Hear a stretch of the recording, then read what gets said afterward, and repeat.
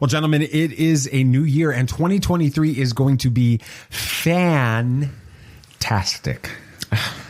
I see what you did there. Yeah. So that was okay. That's okay. It was great. I couldn't pass up the opportunity to start the year off with a good dad pun. Oh, okay. I mean, was it really a dad pun? I think it was more like just like a play And was on it words. good? It was both. No, but are any? Well, either way, we've got a lot to talk about this episode. The Bad Batch returns this week. Plus, Moff Gideon has a new show on Netflix that's going to Netflix. A Netflix, That's like a Moff Gideon Moff original Gideon series? on Netflix. I know it's crazy. It's going to be it's going to mess with our heads a little bit, just like this intro has.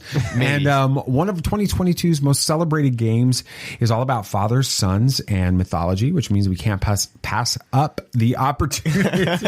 You're having a tough time. And we'll get through it to discuss it. We'll talk about all of those and more next. This is Tatooine Sons. It's true. All of it.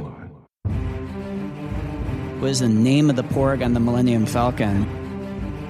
Force is strong in my family. What do you think his name is? It's a big moment. I am a Jedi, like my father before me. Maybe Turbis? Do or do not. There is no try. Turbis? Pablo, if you're listening to this live stream, that porg's name is now Turbis. It's a good Star Wars name. We're not done yet. These guys recorded an awesome podcast called Tatooine Sons. Everybody was Honestly, we've got more than just the new season 6. Can you believe that? Season 6 of Tatooine Sons. You're going to do 6 seasons in a movie?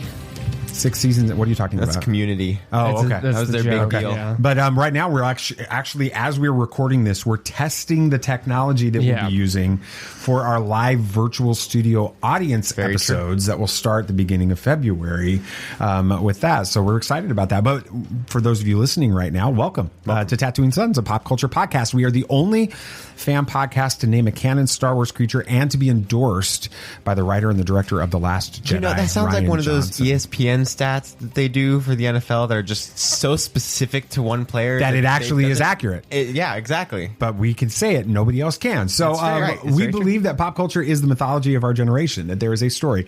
It is written on our souls, and that these myths speak to that story. And that is why we talk about Star Wars and Marvel and DC and God of War Ragnarok and Kaleidescope. Other things, things. Which is all the epic something I never thought we would, like something I never thought the type we would talk about. Yeah. It's going to be fun to do. So I am David. I am the dad. Hi, Dad. Wow. You're stumbling on your words. I am honored to be joined every month now. I've got week on the thing. You need to fix change that. Every month by my two amazing sons, BB Nate. What are we talking about? It could just be the recency bias talking, but I genuinely believe that God of War Ragnarok is my favorite game of all time. Wow. What would it be? What's your second? That makes me curious. Ghost of Tsushima. Yeah, I was going to guess. Wow. You love that game. It's a great game. Both are getting live action adaptations. Better for you? Yeah, I think the story was more. Well, it was closer. Okay. Okay. All right. That's pretty interesting. Samuel the Hutt. What are you talking about? You kind of mentioned this, but I won't be talking Star Wars, Marvel, DC, or even Lord of the Rings today. What? It's all right. It's just going to be a little different. It'll be fun. What about you, Deb? I'm not sure which is harder to believe, that we're getting new Star Wars this week or that it's been well over a year since the Bad Batch season 1 ended. Crazy. August 2021. That's crazy. With that. But we want to welcome you guys. Happy New Year. Welcome to season 6 of Tatooine Sons, a pop culture podcast. We are excited to have you along the way as we make some changes to the show. Thank you so much for listening to the show, following the show on whatever podcast app you follow the show on. There's a lot of them. There is now. A lot. I've got like 50 of them on my phone. Are you serious? Why? Because I wanted to make sure that we were on them. Do you check every single Not one? every time, but I go back and I double check it. You guys have no idea how much time and effort I spend in little bits and pieces into this show. I feel like we should just like come up with a random word that has to do with podcasting, and it's probably a podcast app now. It probably is. Like Podbean. Yeah, absolutely. Castbox, all that kind of stuff. Yeah, but thank you so much for listening to the show. Please follow the show on whatever podcast app you follow shows on. As we've already sort of touched on, we're making big changes to the show here in 2023. One of those is our main show, the one that you're listening to right now, is going from a weekly release to a monthly release to allow Samuel the Hutt in his junior year of college to be able to focus in on school and his internship and all that. Samuel the Hutt, or BB Nate. You're Nate. Yeah. Always been Nate. He's always been. BB Never Nate. changed. BB Nate is taking 3 college classes on top of high school stuff and all the other things that he's doing right now. And my life is busy too. So we're gonna turn our main show into a monthly episode. But that doesn't mean we won't be doing things in the interim. We're going to be doing some interviews. I've got big ideas. I always have big ideas, so I have to be careful not to say what my big ideas are. What's your big idea? Because if I do, then I'll feel obligated to do them, and then the next thing you know, I'll have a nervous breakdown. So I'm going to not do that. But stay tuned. Along with it being on video starting next month. That's right. February's the first Tuesday in February. This will be, I'll actually be recording on video on Monday evening. And what that will be is different than the main show. The main show that you guys listen to on your podcast app, like you're listening to right now, that's what you have come to expect from Tatooine Sons. What we want to do on the video live stream on Monday evening is sort of, the way I've described it is show how the sausage is made, right? And so it's going to be a very different experience. You're not going to have the same bumpers. You're not going to have hardly any bumpers. But it's going to be you guys seeing how we make the show, the conversations that happen in between segments. You guys also get to be a part of helping us with those things, because one of the biggest challenges that we have every week when we record, or now every month when we record, is what are we going to talk about leading into that next segment? And now you guys get to help us talk about those things. And so plus we hope to be bringing a few of you into the episode once in a while to be a part of that. So those are the big changes coming to 2023. But I don't even think I said this last week. Did you? But I'm going to say it now. But enough talking about what we're going to talk about. Let's talk about what we're talking about. I think you did say that. I don't remember it. But anyway, this is you, BB Nate. It's your segment. Go for it. Well, I just finished God of War Ragnarok a couple days ago, and I was shocked by how much I absolutely loved it. For a 25 or so hour campaign, it never once felt slow or dull, and the story it told is one of the best I've seen in a long time. So let's just get into all of that. Awesome.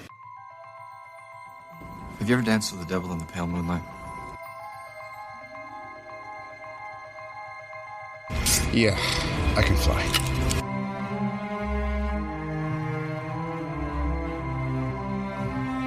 I'm here to fight for truth and justice in the American way. The people in this room, which one is A, wearing a spangly outfit, and B, not of use? There's only one God, man, and I'm pretty sure he doesn't dress like that. That man has no limits.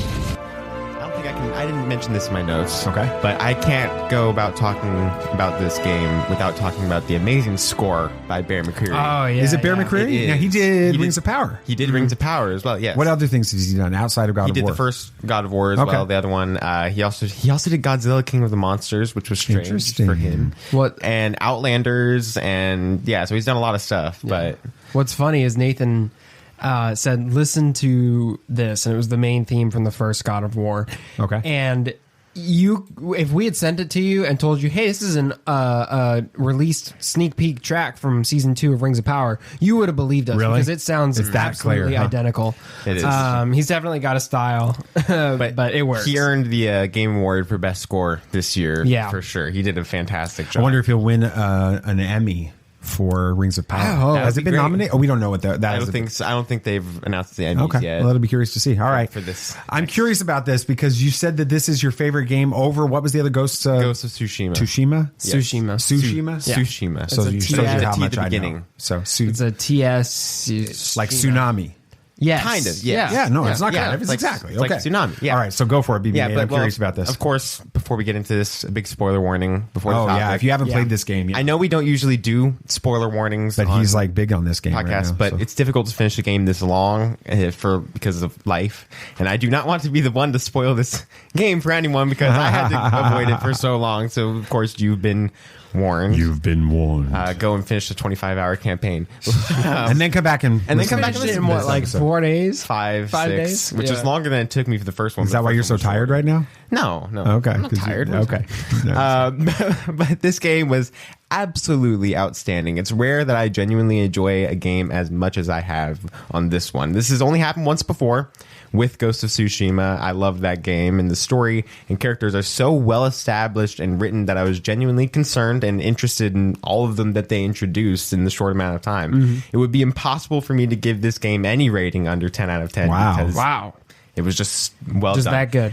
And this isn't all. There is actually a TV series being made by Amazon Prime Video based on the Norse saga, the last 2 games, including the one I'm talking about now. Now, Dad, you don't play games. I don't play games. So are you interested in seeing this story in a show now? I am. I first of all didn't know that they were doing a series on this. But, we talked about this, I think, with Jedi Survivor, right? Is that... That's the new one coming out. Yeah. Right. How you guys asked if I would play the game, and I'm like, I really am interested in wanting to know the story, but I'm not a game guy. Yeah. And so I didn't get that experience. So when you talk about God of War Ragnarok being your favorite game of all time, I'm like, oh, that's a bummer because I don't get that to experience that. Yeah. Game, especially with you, that story. But now I'm excited and a little bit worried about talking about it on this episode because if they're going to make a series of it, I'm curious to know the story. I'm pumped about it. Yeah, yeah. It's going to be completely live action, and I know I can trust them now with live action adaptation. Yeah, after Rings of Power. Yeah. So I'm excited to see how it goes. Now, Sam, you do play games a little bit, yeah. But you kind of already know what happens in these these foolish games because I spoil. But are you excited for the show, and what are you most wanting from it from what you've heard about the games that I've told you? I guess. I'm absolutely excited for that. One thing that's stopping me from going back and playing those games is, well, I already kind of know the story, but having them adapted into a different medium will allow you to experience the same story in a different way. So that definitely interests me, as long as they, they handle it right. They get the good casting and all of that, which I'm sure they will. As we've explained, they did great with Rings of Power. And from hearing some of the people who are working on it, I don't have any doubts that they're going to be a very faithful adaptation of the games. I think so. If they get Bear McCreary back to do the soundtrack, I think well, they've already gotten him for Rings of Power. Such soundtrack nerds. It's right. But I guess let's get into the meat of this segment. While there are many themes in this game, it feels like the entire one just has decided to have 14 different themes in this game, ranging from being strong in difficult times to making your own destiny and deciding your own fate. I personally feel like the most important theme in this was letting go of things that you can't control. What starts this entire story is Kratos, the main character, dealing with the loss of his wife and still grieving over that, which we saw in the first game, and that was the entire plot of the first game. He rightfully should. Well, I mean, you should know that from the first 5 minutes. The entire game is him trying to spread her ashes. Oh, okay. And so he rightfully should be grieving, but he's not letting himself fully succumb to the fact that his wife died. He's, in quotes, closing his heart to it, as he tells his son to do many times in both games. And just a few minutes after that scene, we see another main character, of course, spoilers, attack Kratos and his son because they killed her son in the last game to save her. This is Freya. She didn't see it that way and held a grudge against them ever since. She couldn't let go of that hatred and the pain of that loss, even though her son was going to kill her and they stepped in to save her. Right after that, Kratos and Atreus, his son, arrive home, and Atreus finds one of the wolves that was sick has taken a turn for the worse. Eventually, the wolf dies right in his arms, and Kratos tells Atreus to go and train instead of letting him grieve the loss of the wolf. As y'all can see, Kratos is definitely not getting any Father of the Year awards, but he was a war general in his past life. What do y'all think of how this game is dealing with loss and not being able to let go of the past? I'm curious, Sam. I'm trying to think. This is really sounding familiar to something else, and I don't know what it is. I can't put my finger on it. It was some movie or something that it sounds like there's a similar theme to this with a father not letting, closing themselves off. But I feel like that's, oh man, it is right on the tip. I know. It was something we just watched recently. I know. It's really like close. I can't figure it out though. But just this concept. Did you figure it out? I can think of it too. But I don't it's like right there. Anyway, but the so just so you know, I literally dished to you so that I could have time to try to think of that very moment. Really. But it's kind of like what a father thinks they should do. Almost is they need to remain strong. And emotions are for the weak, kind of is that mindset, especially with him being a war general in his past life. You're really supposed to just it's Avatar: The Way of Water. That's it. Yes. Okay. I knew it was something recent. It's Sully. Yeah, absolutely. It's just like that. Yeah. I mean, they lost an animal and everything. So it's that concept that they had to remain strong. And with them remaining strong, their family can be strong. And in order to do that, you can't grieve loss. That's a sign of weakness, or at least that's what they think, when really it's stronger to be able to succumb and overcome those emotions in the correct way instead of just burying them down deep. So it is a really interesting concept, and it's interesting that it shows up a lot in media. So yeah. Yeah, as the resident dad on the show, I feel like I have a different insight maybe than you guys would have on this. I will tell you that as a dad, I'm gonna like open up the door to my mind so you guys can see how weird I am. But you guys realize that when we go to a place like in a group, like a big crowd, have you ever noticed that I always let mom lead and I take the back? I always want to be the back. Yeah. Because I'm actually seeing it like, that's how I protect you guys. I will always see where you're at. I will always be able to see who's around you. And so there's this protection mindset that a dad has where he wants to just make everything perfect for his family and keep his family from harm. And so I could see the dad in this. It's Kratos. Okay. Kratos. I could see him wanting to, not knowing how to deal with loss himself, wanting to shield his son from loss. And so he just like, we've got to move on. We've got to move past it because of this. That's not a healthy thing to do. We see that in Way of Water. I'm sure we see this in the game with it. But as a dad, I understand what's going on with that. So Interesting. It's difficult. And jumping to the end of the game now, we had a lot happen in between this. But so we're in hour 1. Now we're in hour 25. Yeah, I can't cover everything, but this is the main stuff. Jumping to the end of it, we see Kratos learns that closing your heart to pain and what life takes is only going to make things worse. He eventually tells Atreus to open his heart to the pain, to grieve losses and feel pain, and then use it to make you stronger. He learns that you can never truly let go of loss without first mourning the loss. Every character understands what life takes and how they can't control it. Life does what it does. Death is the worst of all. It takes something from us when we care about when someone we care about dies. If you don't properly mourn and grieve a loss, then you can go into a dark place. We actually see this happen with a different character at the end. Odin shockingly kills one of the main dwarves in the game that you've known for years, ever since the first game. He was the first other character you met. And the dwarf's brother blames everyone else for his death and eventually fights against Odin and his army for vengeance in this kind of clouded sense of just rage. He lost a person he most loved and then went on a rampage instead of mourning the loss and letting go and trusting people. It was very interesting to see the contrast of what happens if you don't let go of what you cannot control. Now, again, neither of y'all have played this game, but from what I've told you, what do you think about how these characters are written and portrayed? And do you think there is any truth in these emotions these characters feel? Something that's interesting is I watched you play a little bit of the first game, so I've seen these dwarves interact. The one that was killed was Brock, right? And his brother was the germaphobe, real like careful. No, he is. He's like 100% germaphobe. Yeah, he's like scared to touch anything. Kratos people. handed him. That's such a weird thing to put into a game. Kratos was handing him his axe to get it upgraded, and the guy would like barely hold on to it because it's covered in blood and stuff. But I think that makes it more interesting to see him switch from this scared to touch anything, real shy, skittish kind of character to pure rage, all because he didn't deal with that loss properly. And he still had the blood of his brother on him at that point, and he didn't even change his armor. Yeah, I mean, it's really like, I think that was a really interesting way to show that, like, how impactful that can be if you don't handle it the right way. It could take somebody like this and do a complete 180 on their personality.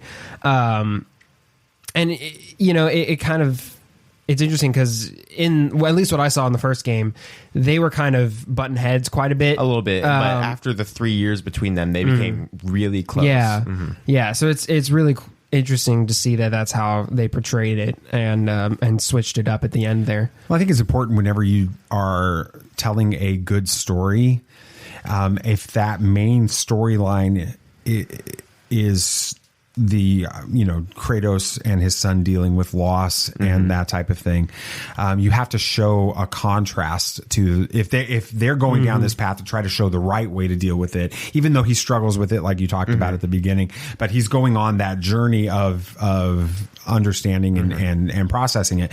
Then you can't effectively tell that story unless you show the converse of what can happen with it. I think that's one of the things that I think is powerful about Tales of the Jedi, is because you've got got the same story being told through the two different characters, and both of them see the corruption of the Jedi Order. They see the inevitability of the Empire and all of those things, and one of them goes down one path and one of them goes down the other path, and that's what makes that story so important. So I think what you experienced with this is that same type of thing. And definitely, it was very difficult, and the great thing about this game is you reach the end and everybody kind of goes their separate ways, and Kratos lets go of Atreus and lets him go on his own path to find the giants and everything, and the credits start playing as you're walking back and playing the game, so you don't get the whole cut to black credits scroll, which you usually do.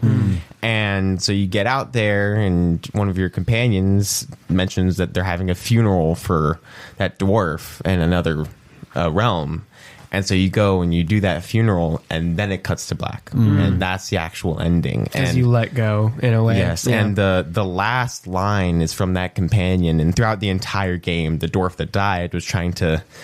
The companion you have is the smartest man alive. It is what he has. He has a ton of knowledge. And so he was stumping him with a riddle. It was what grows the more you take away. And he couldn't figure it out. And the last line, the companion finally figured it out. And it was a hole. That's what happens the more you take away. And he was referencing it to his brother, because he has a hole now, because that brother is gone. And that's how it ends. Wow. And it's really... It's really heavy. Sad. It's heavy, but it's well done. It shows the character. So were you satisfied with that the whole conclusion, the ending of this storyline? Because I know you were a little nervous going into it. I was very happy with how they finished it because of how the last game ended. I was worried that we were going to have some more characters die, which I was satisfied that we didn't. But it was a very, very good ending, and I'm excited to see where they go with it. Awesome. But yeah, very cool. As you can tell, I really enjoyed this game. Yeah, absolutely. And the story it told. And I can't wait for the show and hopefully the next game, if and when that ever comes out. We have no idea. It was been 4 years since the last one, so we'll find out. That's fine. So do we have any idea when the show's supposed to come out? No, they just announced it while we were at Disney. Yeah, we were really? So it's in that recent. Okay. Yeah. And who's it? And who's behind it? Do we know who the people are? I can't remember. I can't remember right now, but I think the director of The Expanse from Amazon Prime, which was a big deal. Yeah, that was a big he's show. going to be one. I know they have some people who worked on these games. They do. They have the creative director of the first and second game that we did writing it as well. So they have good people planning it, which is good. Good segment. Cool. Thank you. You did good. That was fun. I'm glad we talked about that, because normally we don't talk about, if it's not a Star Wars game, we don't talk about it. But I was glad we were able to do that. That's awesome. All right. Well, it's time. It is. It's our first Is It Canon for the year. Let's see if the Sons start the new year off correctly when it comes to their knowledge of the Star Wars universe. That's next on Is It Canon. This is not going to go the way you think. All right. So again, for all of you that are new to the show or haven't listened in a while, here is how this segment works. I give a description of something that I find by hitting the random article button on Wikipedia. And it only took a couple of times. Okay. It wasn't really like anything that I was like, no, that just was stupid. It was more like, that just doesn't apply to it, right? And then I describe that, and then these two guys make an argument for how they think it's either canon or legends. Yep. And then when we start doing the next episode, when we start doing the recordings live, our hope is to bring one of you guys up here to be a part of this. segment. So that'll be a lot of fun. Alrighty. Excited about it. All right, you guys Let's ready? do it. Ready. Mission to the 12th moon of Yaut. Yeah. Okay. All right. So here's the description from Wikipedia. Sometime before the Battle of Teth, the assassin droid Kronos 327 was sent on a mission to the 12th moon of Yaut by Zero the Hutt to assassinate someone. The mission ended in his failure. Kronos 327 returned to Zero's palace on Coruscant to report his failure. Zero was displeased with Kronos 327's failure and ordered he be turned into spare parts. Canon or legends, that's all you get. You go ahead. Yeah, the only reason I'm saying canon is because of Zero the Hutt. Yep.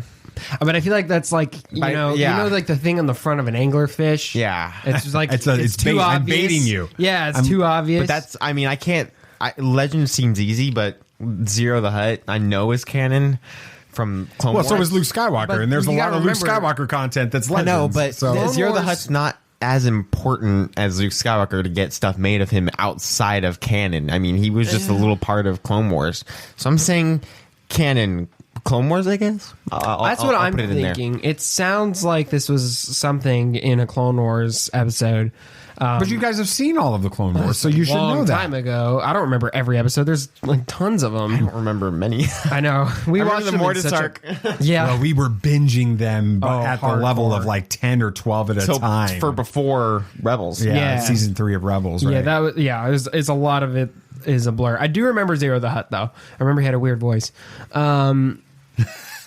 He did have a weird voice. There's a little tiny part of me that wants to try to mimic it, and I'm just like, no, that's a bad idea. And I almost feel like the droid's name sounds vaguely familiar too. So I'm gonna go canon as well. I'm thinking it sounds like Clone Wars. Only thing I could think of would maybe be like a young reader's comic or God bless you, or novel or something that was released outside of it. But I'm gonna go with canon and from Clone Wars. All right. Well, the answer is it is from Star Wars: The Clone Wars, the film. Okay. Oh my gosh. Yeah. Star Wars. We're pretty close. It is. Star Wars: The Clone Wars is a 2008 animated feature film directed by Mr. Dave Filoni. That explains why I don't remember it. Exactly. 2008. Well, you've seen it since then. Executive produced by George Lucas, as well as it was the first Star Wars animated film. And this is the first Star Wars. This is the first movie, film, cinematic experience you ever had, BB Nate. I know. You dressed in a Clone Wars costume. I remember that and went with us. We went to the opening night. 3 years old. You were 3 years old when it came out. The plot focuses on a struggle between the Galactic Republic and the Confederacy of Independent Systems. Ooh, politics. Each vying for Jabba the Hutt's permission to use Hutt Space's trade routes. Oh my gosh. In an attempt to gain Jabba's favor, Sith Lord Separatist leader Count Dooku kidnaps Jabba the Hutt's son Rhoda in hopes of framing the Jedi Republic's Jedi Order as the captors. Yeah. And this is where Ahsoka is introduced. Yeah, and nobody liked her at first. Of Anakin Skywalker. And interestingly, if you watch the Clone Wars series chronologically, this film takes place like 4 or 5 episodes into the chronology. You'll have several episodes that took place there. You don't have Ahsoka at the beginning of the series, and then this is what introduces her. Shows up. She's just like an episode, an extended episode. It really is. Yeah, it is. It was weird. That whole series. I don't remember this movie weird at all. I remember, as soon as I saw it, I was like, "This will be a fun one." I remember Rhoda the Hutt, and that's it. I didn't realize Zero was in the movie. I remember him in the series, though. Absolutely.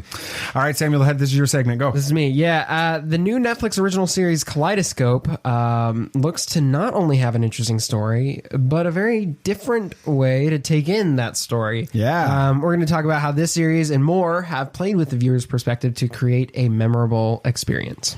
There we go. Be on your guard. There are older and fouler things than orcs in the deep places of the world. All right, then, keep your secrets.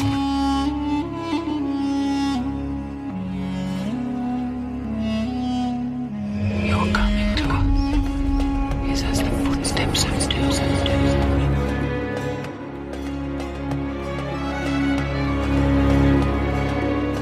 There are many magic rings in this world, Bilbo Baggins, and none of them should be used lightly. So just those of you listening right now, we finally watched John Wick. We finally did. Yeah. So we watched all three. See, of them Nathan over and like the reason we did this is Nathan and I have been putting together this list of movies we've been wanting to watch. We're up to like 32 titles or something like that. Cut off 2. We cut out 2. And then, well, John Wick is actually 3 movies. Well, it's titles. Like some of them are series, one of which being John Wick. So we decided to pick, because we'd heard a lot about the movies. But which is your favorite of the 3? Ooh. Honestly, I think I'm going to go with 2. We're all unanimous because Nathan and I were already talking about this earlier today. So, yeah, I think 2 is really interesting. I think it's where the story is first really truly introduced. Yeah.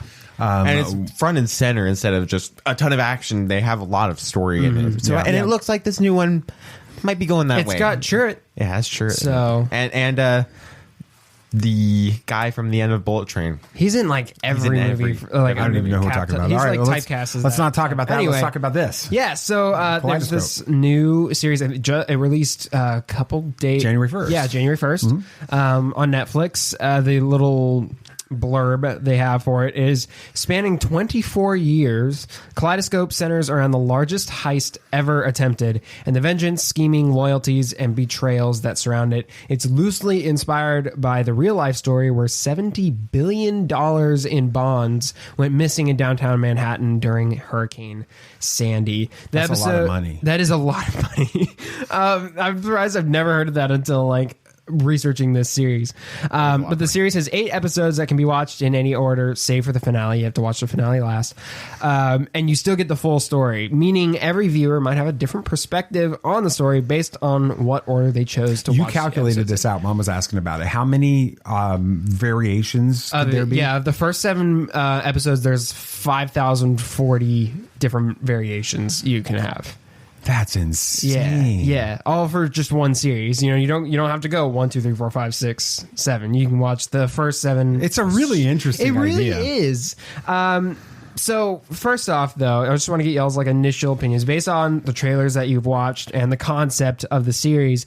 Are y'all interested in giving this one a watch? Oh, of course, Nate. I mean, I'd love to watch it. It seems interesting and fun. I mean, different than anything we've watched before, and kind of one that finally works with the binge release form of Netflix. Oh, that's true. I hadn't thought about it. Because if it was week by week, then the gimmick would be meaningless. But now that it's binge release, you can choose anyone, and it's going to be fun to see how people react to it, watching it in different ways. It's just somebody might have a lower review based on how they watched it, or have a higher because they don't review like a specific episode versus that started it in the story from there. So it's going to be interesting to see how this plays out on the rating side and how that works. But overall, I mean, I know it's already in top 10 on Netflix right now. So that's awesome. It's great. Yeah. It's interesting when you talk about it from that perspective about like ratings and reactions and how I think that you could see somebody start off and not like where the series is going or like a specific episode in the series. And then when they get to like 7th or 8th episode that they've watched, suddenly that episode becomes their favorite. The previous one they didn't like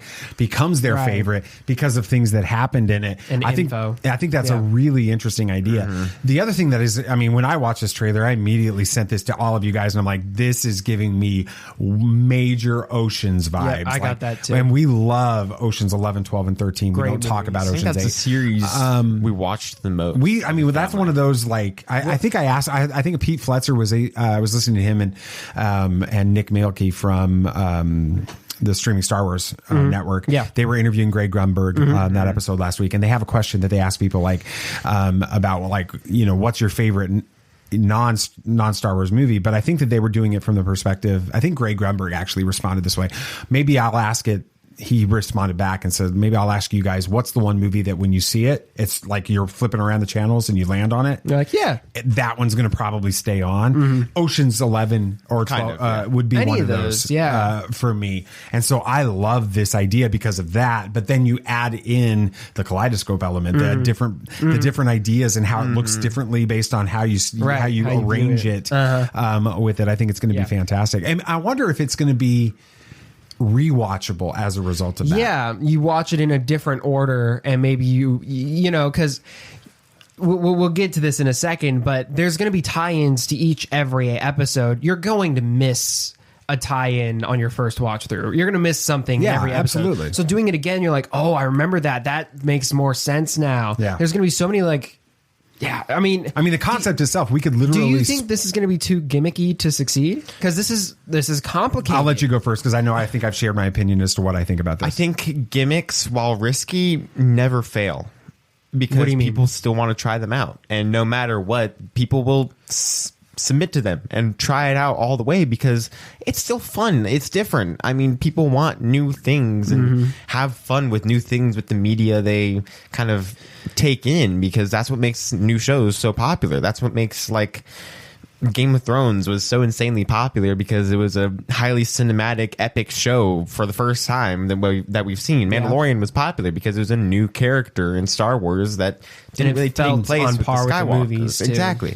So this one, it's a new thing and it's different on Netflix, and most people have Netflix nowadays, and if they just want something fun, or they have somebody's password. Exactly. If they just want something fun to watch and something new to experience, then they can just they'll watch it. And so you make a really good point, BB Nate, because the idea isn't just here's a new interesting it's story. A new and interesting story. I think that what you're saying about how people will try it because it's new and different and fresh, I think that that's a really important point. Where you're going to see whether or not this actually worked is whether or not when everyone has completed, or the vast majority of people have completed it, if it's exciting enough that they want another version, like another return, like a Kaleidescope season 2, but a different story, different actors, that kind of thing. And if people are clamoring for Glass Onion, if they're clamoring for a return to this type of experience,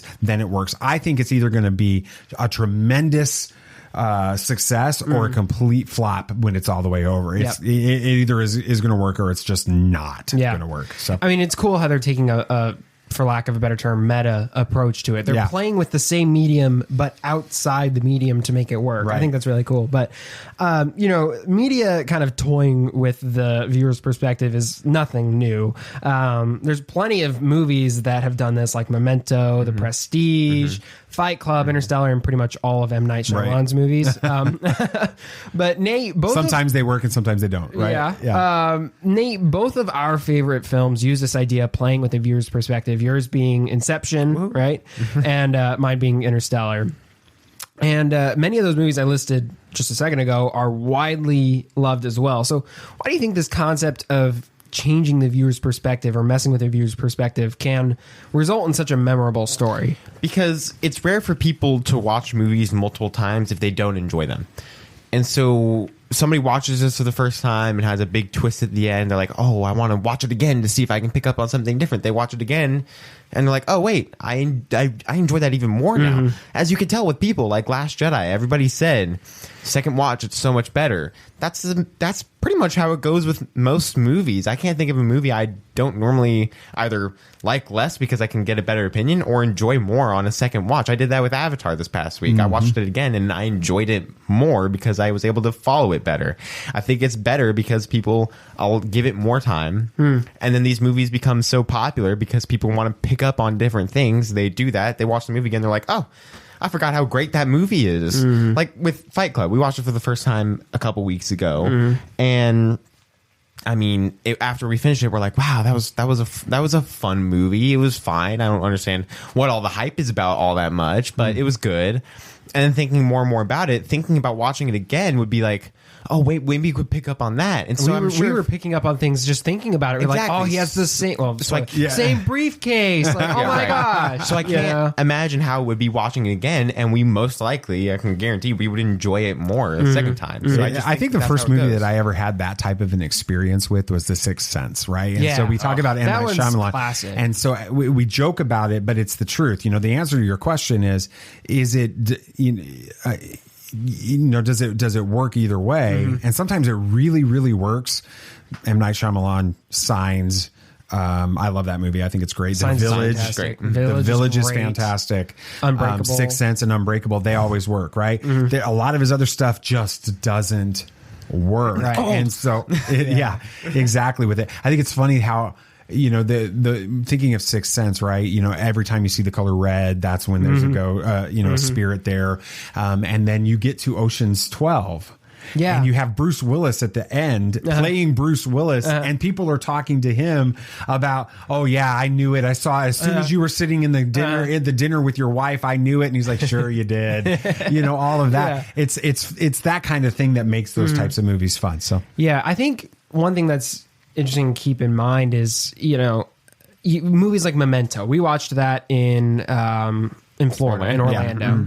And we were like, okay, that was interesting, but it was almost so gimmicky that we didn't get it because it was really tough to follow way it was. It was that's Christopher Nolan. That was one of his first. Right? That was his first movie after The Following. That was his first actually cinematic movie, full budget movie. And upon a second watch, it made a lot more sense. We really enjoyed it a lot more, but it was almost so confusing that first time that we almost kind of gave up on it. Dad, what do you think the difficulties of creating this kind of story are? If you're not Christopher Nolan. If you're not, I know Christopher. Well, no, even if you are Christopher Nolan, you know, I mean, the reality is the difficulty of these types of stories happens because one tiny little mistake can ruin the whole continuity of it, the whole thing.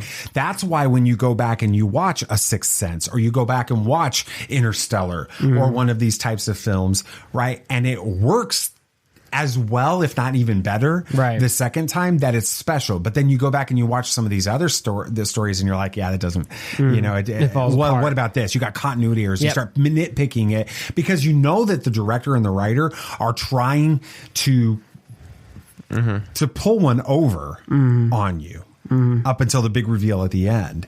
And so you want to go back and be like, did they really pull that off? Yeah. And so you're more critical on the second watching. You know, The Prestige is a great one. Absolutely. When it comes to that kind of thing. So yeah. And that's why I think that we should watch Dunkirk again, because I watched it for a second time a couple months ago. I did not like that movie. I didn't either. And I didn't either after the first watch. We were in California and we all agreed that was slow and kind of boring and confusing. And then I had pneumonia and I'm like, I'm going to watch it again. And I enjoyed it so much more because you go into it with a different perspective, a different mindset. I was able to follow it better because I knew kind of what was going to happen. And I was sick. I was doped up. Maybe that's why. Maybe that's why he enjoyed it so much, right? Maybe I was able to follow it better because my mind was. So basically, you're saying if we could get high, let's get high and watch Dunkirk. Yeah, that's probably not going to happen. No, never. Yeah, but I mean, I kind of think it's just inherent with these kinds of movies and stories. You go into it with a different perspective and mindset. You're like, okay, I know. Oh, this is a Christopher Nolan movie, or oh, this is an M. Night Shyamalan movie. There's going to be a twist. There's going to be something more to this. So you're going to watch it more intently, and you're going to watch it with that mindset, as opposed to something like, you know, The Fight Club. I wouldn't have expected a twist. Well, that's the beautiful thing about The Fight Club is most people, when it first came out, nobody knew the twist was going to be I only knew that there was a twist. I didn't know what the twist was, but I knew that there was a twist. So Nate and I were sitting there the whole movie trying to figure it out. For people watching it when it came out, that's going to be a completely over their head because they're not going into it with that perspective. Unless they read the book.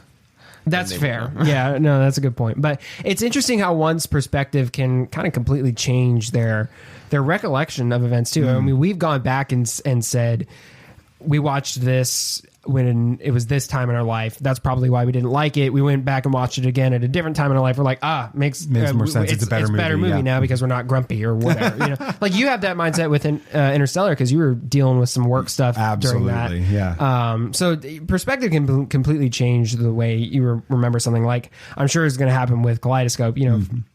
A good example of this can be watching a sports game. You know, one person's rooting for Team A, other person's rooting for Team B. Penalty is called. Person rooting for Team A thinks it's completely justified, while Team B person is like, no, that was a crap call. Why did they do that?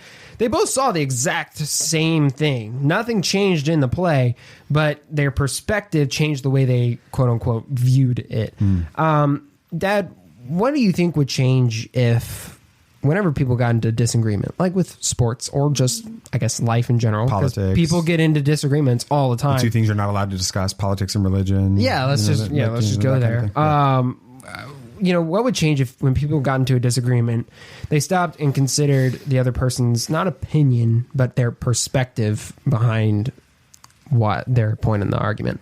Yeah, I mean, this is a really interesting question, and the way that you phrased it kind of put me in a position that I wasn't expecting with this, but that's okay because I think it's important, right? There are two sides to my social media experience. Okay. I have my personal connections on Facebook, right? And it's very limited. I made that decision a few years ago. I'm going to pretty much stay with close family, close friends, people I know from my work community, faith community, and that kind of thing. And I have an experience with them, right? And then we have Tatooine Sons, which is Twitter, right? Twitter and Facebook.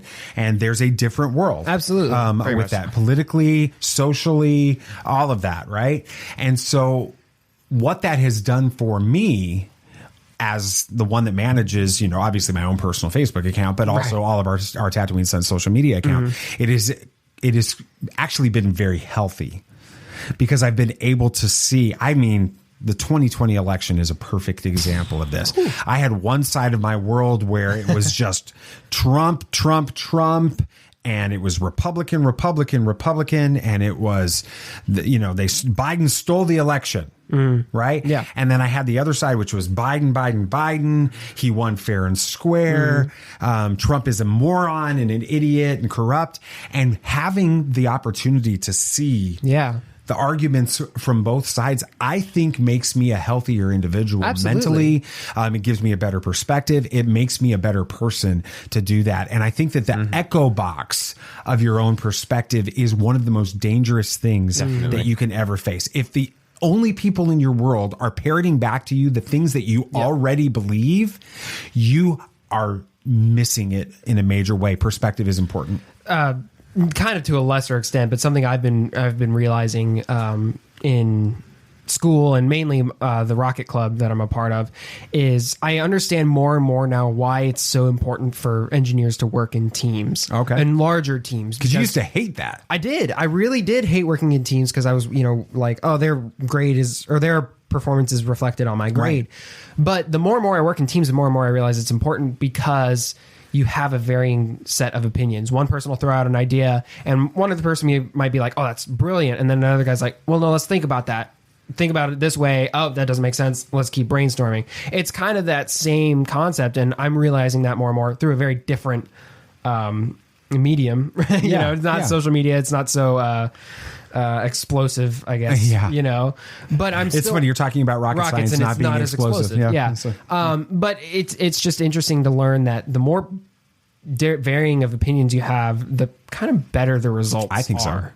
So. I do too. It's that kind of, I don't know, not groupthink. What was that show? Wisdom of the Crowd. That was a really great show until the guy got busted for being a complete creep. Anyway. Yeah, the show was interesting though. But it's that kind of season? Concept. He didn't even finish the first season because he got he was a creep. That was anyway, interesting the main show. actor Just recasted it. But I just think it's interesting how that can change things. But anyway, we are definitely interested in giving this series a watch. So now all you have to do is find the time for it. We'll figure it out. Kaleidescope is out now on Netflix, so give it a watch in whatever order you want. That's awesome. Save the finale. That's right. It'll be interesting to see what your feedback is on that. So good segment, Sam. Thank you. Talking about Interstellar, and you're wearing an Interstellar shirt on purpose. Was it? Okay. I made sure to put Interstellar in there. Yeah, that's your favorite. That's your favorite movie. That's my favorite movie. Yep. Love that movie. All right. Good job. Thank you. All right. Movie moments now. The studios. That's last week's. It usually happens. As soon as I started reading it, I knew. Well, it's going to change, though, because this segment's going to have to look different now because we're not talking on a week to week basis. Nope. So just tune into movie moments and see what we're talking about. At last, we will reveal ourselves to the Jedi. At last, we will have revenge. All right, so we're going to talk about a few releases we're interested in for this month. So obviously, since we're going into a monthly thing, we can't do week to week releases and that type of thing, or we can't talk about everything coming out in January because we would be an entire episode. Seriously, there's not that many good things coming out in January. So these are January releases we're interested in, potentially? Okay. Yeah. Sorry, so for the first one with the most creative title I've ever heard. That's amazing. Plane. In the white knuckle action movie Plane, pilot Brody Torrance saves his passengers from a lightning strike by making a risky landing on a war-torn island, only to find that surviving the landing was just the beginning. When most of the passengers are taken hostage by dangerous rebels, the only person Torrance can count on for help is Luis Gaspar. I guess. Gaspar. And now I've got another Ocean's 12 reference right there. Yeah, an accused murderer who is being transported by the FBI. In order to rescue the passengers, Torrance will need Gaspar's help. And we'll learn that there's more to Gaspar than meets the eye. Dun, dun, dun. Or Luke Cage. The studio is... Is that who that is? Yeah. Is that the really? Studio is Lionsgate. The director is Jean-Francois Richer. Yeah, you got that last one. The cast is Gerard Butler, Mike Kotler, and Yosun An.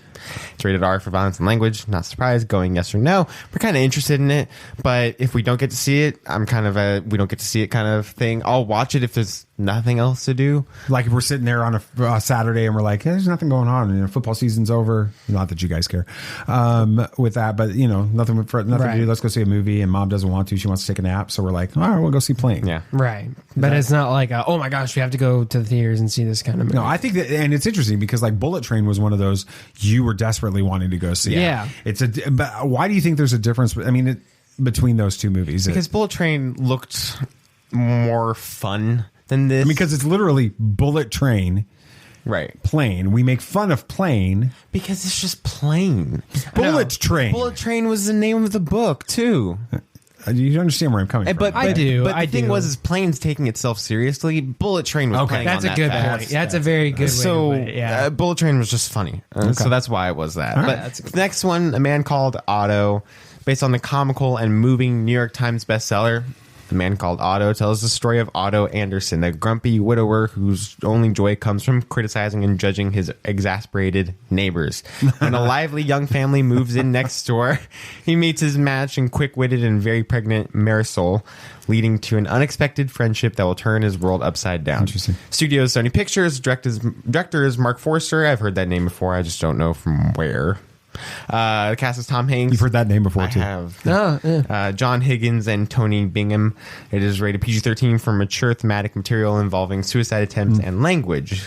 Yeah, I want to go to this. I think it looks really fun and good. I saw the trailer and it looks pretty interesting. Like it's an interesting story. Yeah, an interesting story. And Tom Hanks is always a great actor. So, what about you, Sam? I've literally never heard of this movie until just now. Really? You haven't seen the trailer? Not When did we see the trailer? Nope. When did we see the trailer to this? Well, he's always playing games. He's got his I saw the trailer before Devotion. Okay, but I saw it too. You saw it probably before. Oh, it might have been before the Tickets to Paradise. Ticket to Paradise. Yeah. Two tickets to paradise. Yeah, that. So yeah. Anyway. I mean, I probably need to see the trailer before I can say anything because that sounds. I mean, the log lines never makes a movie sound as good as the trailers can make it look. Okay, that's fair. So I will withhold judgment. I would like to see it. Yeah, and I think this is the kind of movie that if we can get mom to go see it, that I think she'd enjoy it. Except she may cry, and that doesn't like. That's a good that, point. so Yeah, like a Devotion, right? Yeah, you didn't know that. Good job, Nate. All right. For the last release this month, Missing. I mean, we loved Searching. Yep. So from the minds behind Searching comes Missing, a thrilling roller coaster mystery that makes you wonder how well you know those closest to you. When her mother, Nia Long, disappears while on vacation in Colombia with her new boyfriend, June's search for answers is hindered by international red tape. Stuck thousands of miles away in Los Angeles, June creatively uses all the latest technology at her fingertips to try and find her before it's too late. But as she digs deeper, her digital sleuthing raises more questions than answers, and when June unravels secrets about her mom, she discovers that she never really knew her at all. The studio is Sony Pictures. The directors are Will Merrick and Nick Johnson. The cast is Storm Reed and Nia Long. It is rated PG-13 for some strong violence, language, teen drinking, and thematic material. Yeah, we're going to this. You think so? I think so. The first one, Searching, was a genuine surprise. I mean, it just looked, the concept was interesting. It was a gimmick. I mean, it was just all through computer screens and everything. You never had a real camera and you had to act. It was like it was filmed during COVID. It felt like it, but it wasn't. Zoom call the movie. It's what it felt like. But and then they're doing that same thing with this one, and it's a different story and a mystery and everything. And so, yeah, I mean, I think I've seen the first one like 3 times or something. Really? I saw it in theaters with you, Sam, and then we showed it with Mom and Grammy when we were at their house and on a trip, and then I showed it to you, and and Orange Beach. So we watched them all then. So yeah, it's a great movie. So yeah, it was really good. No, yeah, absolutely. I remember loving the first one. It was such an interesting way they kind of forced you to watch experience the story in such a limited field of view, for lack of a better term. But the story was interesting, and there was even like a pretty good twist. I can't even remember really what the twist was at the end. Yeah, we'll talk. Yeah, don't ruin it, because a lot of people haven't seen that movie. I won't. If you haven't seen, it was missing. Searching was the first. If you haven't seen Searching, you should check out Searching. It's a really fun movie. Good. Yeah. Here's the thing that's interesting. We talk about the gimmick behind Kaleidescope, right? Mm-hmm. The gimmick in Searching worked. It did. Yes. Now the big test is, can it work twice? Again. Mm-hmm. Can they find a way to make? And that's the thing that also we have to think about with Kaleidescope. If they make it work the first time, how do you make it work a second time with that? And so definitely a lot of fun. Yeah. All right. So we can't do box office because there's really no point in talking about a month's worth of box office takes. Yeah, it's not very with it. So we're going to change this segment up a little bit and talk about movie speculation. We will. Yeah. 3 questions that I think are actually really interesting questions for us to quickly, 30-second answer debate. Gotcha. All right? Got it. Let you go. Will Avatar: The Way of Water hold the #1 spot in the box office for the entire month of January? It's interesting. As far as films go, there's not a lot. There's not a ton. I mean, there was other ones, but they're less noticeable than even those. I want to say, I think no, because it's got to run out of steam eventually, right? But this third weekend was actually higher than the second weekend. And there's not going up against anything really that. Exactly. So I'm going to go yes. Yeah, I'm going to go yes as well, too, because Avatar has shown that it has legs. It had legs the first time. Unlike I think it's Sully. going to have legs this time. Unlike Sully. That's terrible. But... he had legs. They just didn't work. Okay. You threw me off with that. No, but seriously, I think that it's going to, I don't think that it's got anything that it's going to compete against. And I do think that's why Disney and Fox made the choice of releasing it when they did. They released it just far enough away from Black Panther in order to take the box office, own it all throughout December, the rest of the December. And then I think they're going to own it all throughout January. What do you think? I think it has the chance of it, a good chance. But it wouldn't be a shock if it lost to something. What would it lose to? I mean, it could just lose. I'm being honest here. It could lose to that stupid Megan movie because that comes out this weekend. I think it's too close. That's true. That's very true. But the problem is it has a big director behind it, and people do seem interested in it. Yeah, I don't know how. Not rated us R people. horror movies. It's generally, it's not even R. It's a PG-13. It's a PG-13. Yeah. I don't get it. See. All right. Well, James Gunn and Peter Safran fully revealed their DCU master plan in January.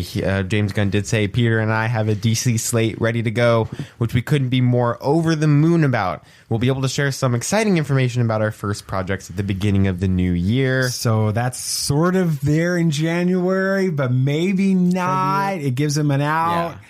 So does it happen in January? Do we get that slate? I'm going to say yes. I'm going to say they're going to pull it off. Shazam come out. That's March, but March. No, it's March. Oh, that's right. Ant-Man and Wasp. Ant-Man and Wasp comes out, and that's exactly why I think they announce it now. Get the hype about that's what I think they need to writing before a Marvel movie comes out, so it still has legs. But it doesn't look like Marvel, it's competing with the release from MCU. They need to, give some people some confidence because it looks like they're torching DC. Like what Warner Brothers did that everybody was freaking out about. And it kind of looks like that's what's happening to DC right now. And what you do at this point is you announce this new DCU slate, you release a new Shazam trailer before Ant-Man Wasp, and then DC's talked about. Yeah, that's a very good point. On the same page as Marvel. I mean, this is start of Phase 5, so you got to keep that in mind too. That's going to be a big deal, but I genuinely do think that it's going to be very likely we see something in January for them. But last question, will we get any type of announcement about a future Star Wars feature film in January? I'm going to start off and just say no, because really, I just don't think that they'd be doing that right now. I think that they are going to wait till after Mandalorian Season 3 is released to announce something about the films. Yeah, I agree. I think they're waiting on that. The movies side of Star Wars is so weird right now. But I think you make a good point. I think they're going to kind of let some of the current slate run its course for a bit so that buzz can be generated for that and not overshadowed by news for a new movie. I feel like they're going to have an Investors Day after Mando Season 3 or pretty soon, maybe even a little bit before. Well, Mando Season 3 is not going to finish up until end of April. Yeah, and why I think that this is why. Well, let me finish. The reason that I think that we have to have something before that is because there's some pretty significant rumors out there. What are you hiding behind that for? So there's some significant rumors out there that state that Damon Lindelof and Sharmeen Obaid-Chinoy's Star Wars film that's been rumored. Sharmeen Obaid-Chinoy is the writer behind Ms. Marvel. Damon Lindelof, I don't remember what he's done. I don't either. With that, let's see if I can find it on here. Watchmen. Oh wow! Which Watchmen? Wait. Good point. Yeah. Was it the movie Watchmen or the and TV The show? Leftovers? Was it the movie or the TV show? I don't know. It's just what it says. If Watchmen. it's a TV show, then anyway, there's rumors that they're going to begin filming their film because that's what you do with a film. You film the film. Wow. In April. But why I think they do Investors Day is because we need Ahsoka to release date. We need Ahsoka release date, not Ahsoka 2. I was thinking Rebels season 2, Rebels 2.0, but yeah. So we need an Ahsoka release date. We need a Skeleton Crew release date. We need a bunch of these things, and we need trailers for them. Yep. We need announcements for what's coming up next in Disney Plus in and of itself. Okay. We need a Loki season 2 release date.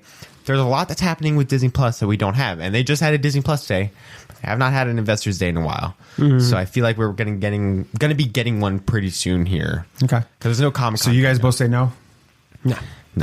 I'll go ahead and say that we get it. All right. Just to be different. Cool. One of us is going to be right. That's right. All right. That was fun. I'm glad we did that. That was that gives us a chance to talk about. We probably need to spend less time talking about some of those things, but that's my fault. All right. It's been more than a year. I think I mentioned that earlier, but since the season 1 finale of The Bad Batch, and that means there are some very important things we may need to be reminded about from that season. And then, of course, we've got a lot of speculation and questions going into season 2, especially regarding Crosshair and his possible reunion with Clone Force 99. Wokey religions and ancient weapons are no match for a good blaster at your side, kid.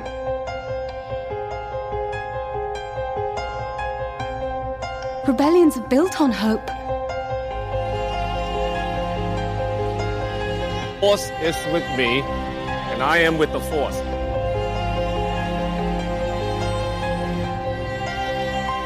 If you live long enough, you see the same eyes in different people.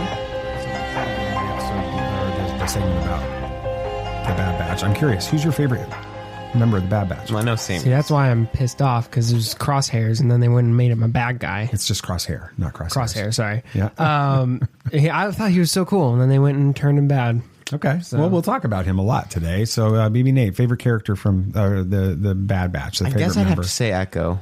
Echo? Really? Oh, yeah, I remember you mentioning that. I think it's Echo. I just really like his character. What is it about him? I don't know. Just them getting back to him and him actually finding like a troop to be with at that point after being turned into a cyborg. Been turned into something different. So that was cool. I enjoy his character, and he feels the most thoughtful and kind of genuine out of all of them, because all of them are just created to be these genetic soldiers, and he was just a normal one that's been adopted by these people. So that helps too, and helps Omega have somebody that she can relate to as well, instead of Wrecker or something like that. I think it's Tech for me. Really? I like Tech because Tech always speaks just the absolute simplest answer to everything possible. It's just like he's perfectly technical with it, and so I think I like him. I mean, they're all very much reflection of their name, obviously with it, but it's a lot of fun. All right, let's do a refresh, not a refresher. In Star Wars, refreshers are very different. You know what a refresher is in Star Wars. These guys don't know. You know? No, I do. You don't know what a refresher is, Sam? How do you not know what a refresher is? It's a toilet. Oh, yeah. Okay. I see what you mean. Start a season 1 refresh, not a refresher. Yeah, very different. All right. And shout out to winteriscoming.net for their great recap that I basically am going to steal the main points from, because it was better than anything I had to come up with on my own. All right. Omega is a pure, I'll go through these things and then I have a question for you guys at the end. Okay. Omega is a pure genetic clone of Jango Fett. This is something we have to remember. She's therefore Boba Fett's genetic brother. That's something we have to remember. The Bad Batch actually removed their inhibitor chips, including Crosshair. That's an important thing. But he still went with the Empire. Well, we'll talk about that. This means none of them are controlled through those inhibitor chips. All are free to make their own choices. That's important. The third thing is Omega helped create the Bad Batch when she was Nala Se's assistant. Yeah. We found that out, so especially in the final episodes, with that when she shows the pods or whatever that they were created in. That means that she's actually older than the Bad Batch. Yeah. And potentially has more knowledge and wisdom than they do. Good point. With that. Fourth thing, Kamino was destroyed by Admiral Rampart, who knew the Bad Batch, including Crosshair, were still in Topoka City. Yep. This would seem to end the Empire's cloning program, but the end of the episode shows Nala Se being taken to Mount Tantus on Wayland, which suggests that she's expected to continue her work in cloning. And then the fifth thing I want us to recap is Crosshair stays loyal to the Emperor, like you said, Sam, even after Admiral Rampart abandons him to die with the rest of the Bad Batch. Yeah. He refuses to rejoin Clone Force 99, and the trailers show him with Commander Cody in season 2. So my question for both of you guys, and obviously it's been a while since the conclusion of season 1, which of those storylines stands out to you the most as being important going into season 2? I'll start with you, Sam, or BB Nate. Excuse me.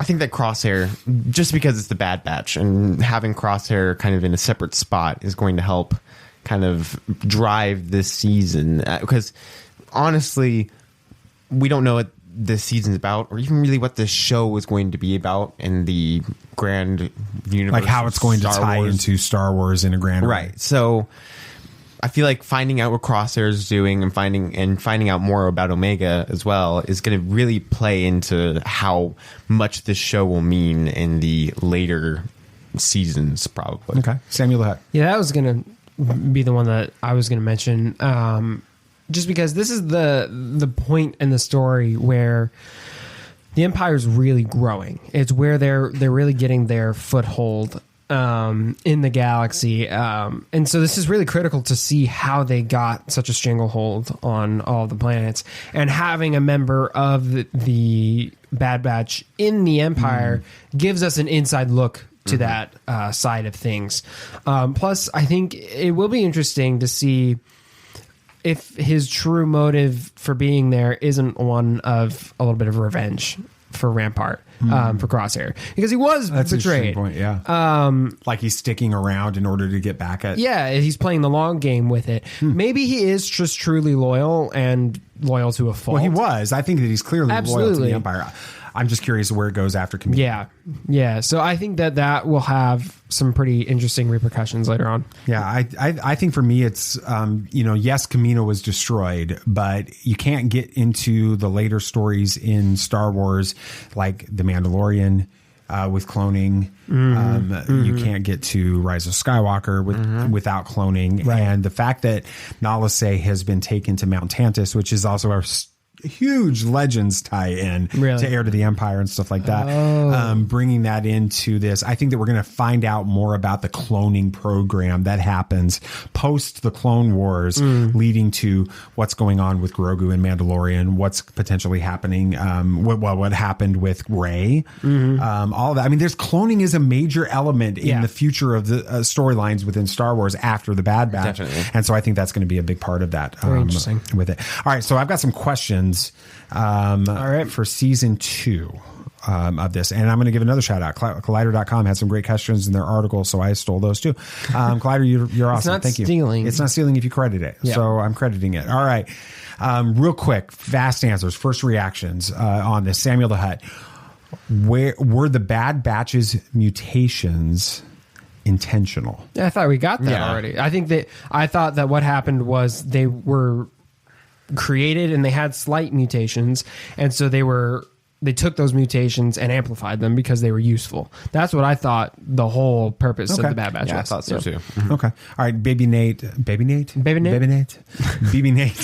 Will Commander Cody confront Captain Rex in season 2? I think so, but it wouldn't surprise me if Cody dies in this season, because we don't see him in anything else, and we haven't seen him in anything since before this point. So I do think that at some point, at least in this show, or especially in this season, Cody dies, maybe at the hands of Rex. Woo! Dang. All right. That might be the most controversial moment in Star Wars animation if that happens. And Dave Filoni would do it. I could see he totally would. I was sitting there. It was going to be my follow-up question. If he dies, is it Captain Rex that takes him out? Wow. With Echo watching. Echo and Gregor and all those guys with it. Samuel Hutt. Will Omega, I wanted to say Omega. Will Omega meet Boba Fett in season 2? I mean, of course, I hope so. I think we were speculating on that for season 1 throughout the weeks, and it never ended up happening. I could definitely see it happening now that they've got a bit of more of a foothold in the story. They're not so tied to Kamino. They're kind of just running around doing their own thing.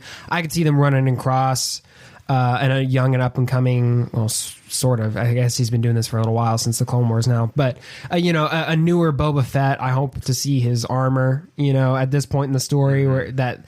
his normal Boba armor, but maybe not so dented up like we see it in episode 5. I think that'd be really cool, and it would be interesting, as you mentioned, with her being his sister. I wonder what that conversation would end up being like. That'd be strange. I hope they go there. BB Nate, will we get an unexpected super cameo in season 2? And when I say super cameo, I don't mean like Fennec Shand showing up in season 1, right? That's a cameo, but that's not a super cameo. Mm-hmm. I'm talking on the level of Will Rohood, Luke Skywalker showing up at the end of season 2 of The Mandalorian. That level of a cameo in this. Do you think we get something like that in season 2? I don't know who it would be that would fit this show. So Obi-Wan? The only one I could think of would be Vader. Could show that would be up. a super cameo. There'd be more Vader in this than there's been in Andor. Yeah. So is Bad Batch a Star Wars show? Ooh. Is it? Oh. Is Bad Batch a Star Wars show? Oh, yeah. You have the Emperor. No. Yeah, the Emperor. He's you in the might have the Emperor, but you have Jedi. You do? Yeah, absolutely. The entire first episode starts with them with Order 66 with and the Jedi and Caleb Dune. Yes, absolutely. So just because it has a couple of lightsabers. This isn't a cheese pizza. This is no. This is your cheesy bread, but you pour the marinara. No, this is the. I'm telling you. All right. Oh, wow. So if Andor season 2 has lightsabers, yes, then it's a Star Wars show. Exactly. But anyway, you're just deflecting now. Okay. Will there be an unexpected super cameo in season 2? I'm going to say no, but if it does happen, it's probably going to be Vader. You have any thoughts on that, Sam? I'm curious. I mean, wouldn't Boba Fett kind of be a super cameo? It could potentially be. Depends on your perspective on Boba Fett, Fair especially enough. after the book of Boba Fett. Fair enough. We're going to have that biker gang. Yeah, the biker gang from Book of Boba Fett's going to show up. Right. I'm thinking if we get a super cameo, we get Ahsoka. Yeah, I could see it. I think they could tie into the cloning stuff. I think that could would cement this as a continuation Filoni of show. A Filoniverse. Yeah, the only way I could think we could see Ahsoka is She's tied if it's to Captain connected Rex. to Rex. Yep. And seeing how that happened and how Rex got, Gregor and Wolf. The most and all that. glorious buffet of super cameos would be if Hera, Kanan. We've already gotten Hera. I know we've already gotten Hera, but Hera and Kanan together. No, that doesn't happen. Not yet. If you get Cody versus Rex, and somehow watching this happen and taking place, you have Kenobi and Ahsoka. Because Commander Cody's story is tied to Kenobi in Revenge of the Sith. And so I think that all of that together would be really interesting, but that isn't going to happen. All right, both of you, I'll start with you, Samuel Hutt, because you mentioned he's your favorite character in the Bad Batch. Will Crosshair in season 2 rejoin the Bad Batch? No, why not? I think he's going to see the error of his ways, turn good, sacrifice himself, and die. Wow. I don't think he's going to rejoin. I think he's going to rejoin the squad, but it's going to be in the last episode of this season, and then we're going to be seeing the Empire going after Bad Batch in season 3 to kind of cap it off. I think this is going to be a trilogy show. I don't think you go more than 3 seasons. I think 3 seasons is the best for this. I can see that. I don't know. I'm undecided on that one. I'd like to see it happen, but I want it to be done right. I don't want it to just be another Filoni. Another redemption. Do everything arc. right. So. All right. Big question on this. Can Crosshair reunite with Clone Force 99? I know we talked about that as like what we thought would happen with this, but almost all of season 1 focused on the break between Clone Force 99 and Crosshair. And so much of the story showed the Bad Batch working to remove their inhibitor chips, and even Wrecker going nuts, trying to kill Omega because he couldn't resist it. And the Bad Batch assumed that Crosshair was remaining loyal to the Empire because he had no choice. The chip was guiding his actions. But the big reveal of the finale was that Crosshair also had his chip removed, like you talked about, with that, had intentionally chosen to break from his brothers and side with their enemies. So Sam, the member of the Bad Batch who seems to be struggling the most with Crosshair's betrayal, at least in season 1, is Hunter.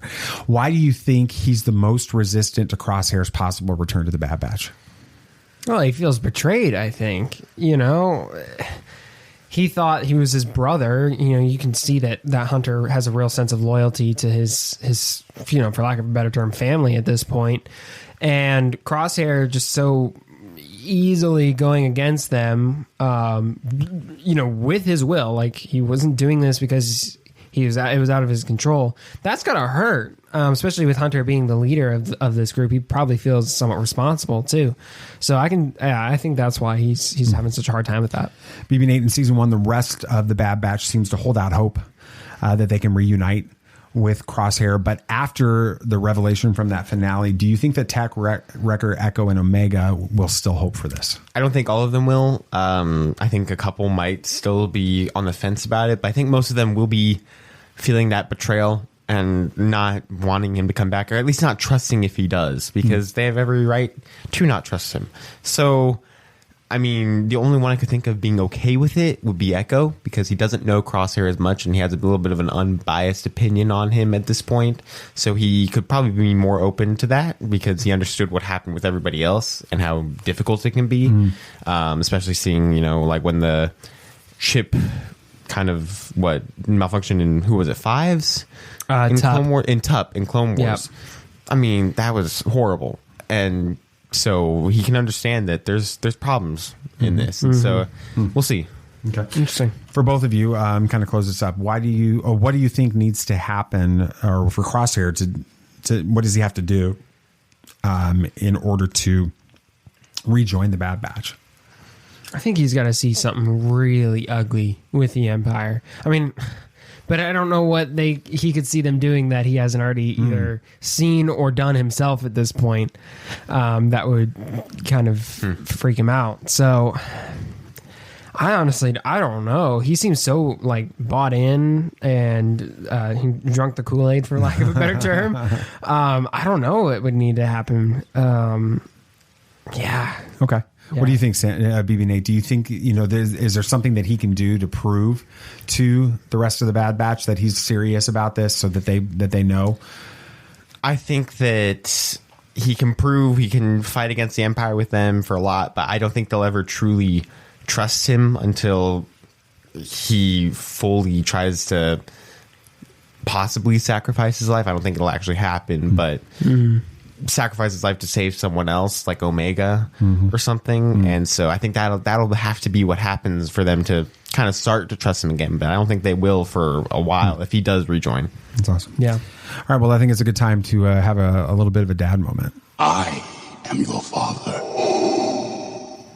So it's hard when we feel betrayal from anyone, but especially a close family member like a brother. And Crosshair has intentionally pursued the Bad Batch, sought to capture and even kill them at times in season 1. And there are moments when we see that he's not 100% committed to this, but in the end, the betrayal and the mistrust that the Bad Batch feels has to be very overwhelming to them. So I'm kind of reminded of the older brother in the prodigal son story from the Bible. While the father in this parable was clearly waiting for the return of the son, the brother's perspective is one of mistrust and even jealousy. Forgiveness is very hard, but even harder when we love someone and then they hurt or betray us with this. And that's because we look at others' faults more critically than we do our own. But for those of us that follow Christ, we must remember that we've all betrayed our Father. and what that his forgiveness for us is what truly reunites us as a family. And so it'll be interesting to see how that plays out in this, because it's definitely a family between for sure. Clone Force, and they do feel like brothers, and I feel like that's an element that's going to play into it a lot. As always, it feels amazing to have new Star Wars content being released every single week. All of these questions should begin to be answered very soon with that. All right, gentlemen, I think that'll do it for my segment. Anything else you guys want to talk about? Anything else? Yeah, Kate Blanchett is returning to the MCU as Hela, Goddess of Death, in What If Season 2. Very cool. Exciting. She was a interesting villain. That'll be cool. I can't wait for that to come out. Maybe we can get some people from that on the show again. That'd be great. That would be pretty cool. BB Nate. Yeah, the Blue Beetle movie gets a synopsis finally. The synopsis is: recent college grad Jaime Reyes returns home full of aspirations for his future, only to find that home is not quite as he left it. As he searches to find his purpose in the world, fate intervenes when Jaime unexpectedly finds himself in possession of an ancient relic of alien biotechnology, the Scarab. When the Scarab suddenly chooses Jaime to be its symbiotic host, he is bestowed with an incredible suit of armor capable of extraordinary and unpredictable powers, forever changing his destiny as he becomes the superhero Blue Beetle. You excited about this? I am. Is this a HBO Max film? Or is no, this it's going to theaters now. Film? It's going to be in theaters. It was going to be HBO Max, but I think James Gunn and Peter Safran have some plans for this. I think from what I'm hearing, that this is the launch of the DCU. It very well could be, and it makes sense. I mean, the Scarab introduces Warworld, which introduces Mongrel, which introduces more Superman stuff. Which I have no idea. Until you got to Superman, I had no idea what you were talking about. There's a lot to it. Sadly, Ron Howard, director of Solo, a Star Wars Story, states that Solo 2 is not a priority for Lucasfilm, which we kind of knew that based on the situation, but that sucks. It still sucks as a result. All right.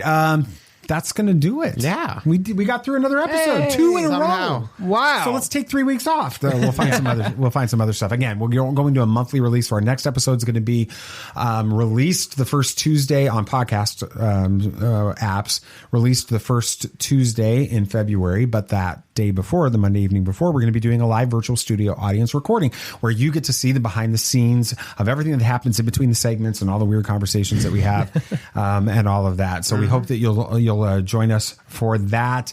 And then remember that we'll be filling in the weeks between those big show episodes with other different things, interview episodes, and potentially some other fun opportunities that we're doing on this.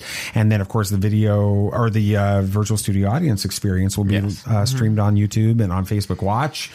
So it'll be video driven as well. So you get a different show. It will be, I promise you, seeing how everything is done behind the scenes makes this a very different conversation show with that. So we hope you guys tune in and be a part of that. But that'll do it. Thank you so much again for listening to Tatooine Sons, a pop culture podcast. If you had a good time listening to this, be sure to share with all your friends, family, dog, coworkers. Yeah, if your dog listens to podcasts while you're away from work, then they can listen to this. Yeah, and of course, the show is only a small part of the Tatooine Sons world. So be sure to like us on Facebook, follow us on Twitter, and get into all the action in our Facebook discussion group. And follow us, go to our website at TatooineSons.com. Yeah, you can't really follow. I mean, you can follow websites. And maybe you can put a bookmark on it. On Google, you can follow websites. Really? That's true. So follow our website at TatooineSons.com. And then again, thanks. Don't forget to follow the show. There we go. On your favorite podcast app, which we talked about at the beginning, but we ask it again here at the end because you didn't do it yet. So anyway, so don't miss you can avoid missing our next episode, and you can subscribe to our YouTube channel because that's where the virtual studio experience will be streaming live. Because we still have one. We do. We give us a review on Apple Podcasts, a rating on Spotify. We'd love for you to do that. Whatever podcast app you use, if they have a rating system, we'd love for you to engage us in that with it. Anything else you gentlemen would like to say? May the force be with you. May the force be with you. May the force be with you always. This party's over. I like that Wookiee. Don't get technical with me. Joy, please. Yep.